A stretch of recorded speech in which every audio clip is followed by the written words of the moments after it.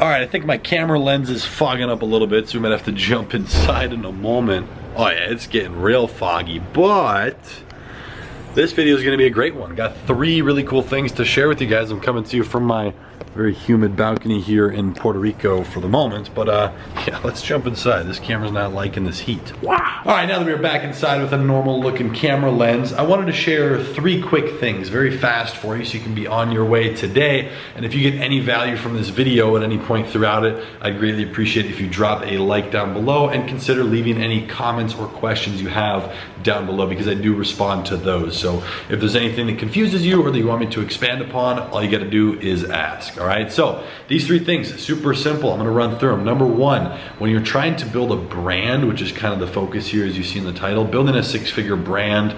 And you know, when I brand something, it's usually already a 6-figure Shopify store, just to let you know. It's usually something that's already doing, you know, maybe even 7 figures, but $50,000 a month, $100,000, $200,000, $300,000, $400,000 a month is when I really put the attention on it to start branding it. So usually it's already a 7-figure, multi-7-figure store. But we're just gonna use the example 6, because once something's working, how do you take that, start branding it, and take it to the next level? So number 1 would be the wow factor with your product. Now, this is just something that's my recommendation to you, and I've actually broken my own rule here before. My main brand, the product, is very boring. It's in the health space. It is a simple product where it provides a solution. It's not like someone selling some crazy, you know, wireless charger for an iPhone, or like, you know, just some really cool product that looks awesome. Like this one that I've sold, I'll put it up for an example. It's a lighter that doesn't take any gas, no butane, no anything. It's an electronic lighter. Just something that most people haven't seen, right? It's not widespread. They're not really sold in stores. It's kind of like, you know, it makes people stop. It's like, wait a minute. That's what I call wow factor, all right? Now, number 2 ties into that product. It's how well you can show it. And no matter what type of product you have, this is a huge determining factor, and that is your creative, right? So for the product I have that really isn't by any means a wow product, and that's why I don't get crazy results. Like, it's not, you know, a 4 ROAS, a 5 ROAS like that lighter was for me for quite some time. But this is like a forever product. It's what's called an evergreen product. It's very boring. I can pretty easily be in the 2 ROAS. I can have a healthy 30% margin, and I can do it consistently month over month, doing millions of dollars of sales every single month. Right, we can be sending out 3,000, just about 3,000 units a day of this product very easily, right? So it just kind of takes it to that next level, and that's because we can keep our cost consistent on Facebook by really putting attention on our ad creative. So primarily through the use of video ads on our first touch, and then through retargeting using carousel ads. There's different strategies we use at different times depending on where you're at in terms of data, as well as your daily spending budget across your entire ad account or ad accounts, depending on what you're doing. So all that you can find broken down in our Facebook Ad Academy, linked down below. But the Facebook side of things is when things get really fun, once you get to be able to start scaling it, right? So to summarize real quick, number 1 is the wow factor. Number 2 is the creative. And number 3 is the thing that most people leave out. This is what lags, this is what lacks, and this is what most dropshipping stores just fail to do because they're focused on making a quick buck. And that is, yes, you guessed it, experience. Now, experience is kind of an umbrella, you know, and I don't mean one that protects you from the rain, which actually would have been great because I got rained on today and didn't have one. No, an umbrella, like an umbrella policy for your insurance. An umbrella policy means something broad with multiple things underneath it. So for an example, the idea here of the experience could mean a lot of things. The customer checkout process, the order updates through emails as they've already ordered the product. You know, are they having to reach out to you to ask what's going on, or are you being proactive about that?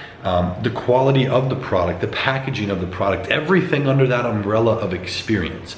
If you want to build a brand, that's the key thing you're gonna have to focus on. Not the only one, but it's a huge key thing. And in my opinion, that's kind of the biggest difference between a brand and no brand, because I can put all the attention in the world and have a great product with absolute kick-ass ads that work great with a beautiful store, but then shipping is, you know, 15 days. And the packaging is not mine, and it's very basic. The product's all right.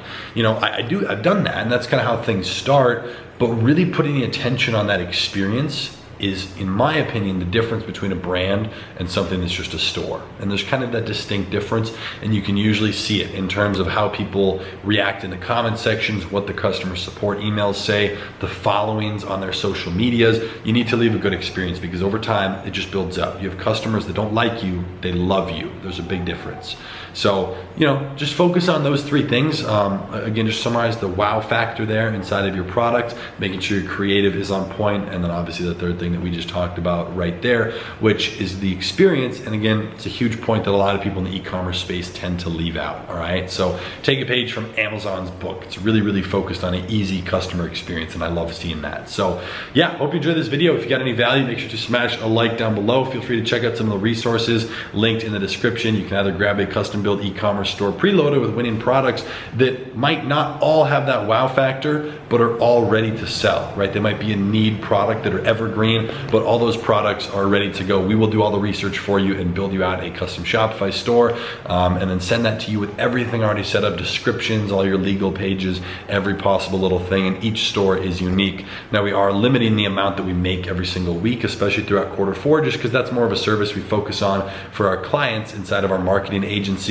which you can actually book a free call for that now. It's a new thing that we've been doing. You can book a free call down below to talk with one of our client managers about having us not only start, if you're brand new, but start an e-commerce store for you, and we manage everything. We run all the ads, or we can actually scale something that's already existing for you and just pick up the pace, help you brand it, and scale the ads to the moon. So if you want help with that, you want to check any of that stuff out, it'll be linked in the description below. I'll leave it all there, but make sure to smash a like on your way out, and I'll be seeing you in the next video. Peace.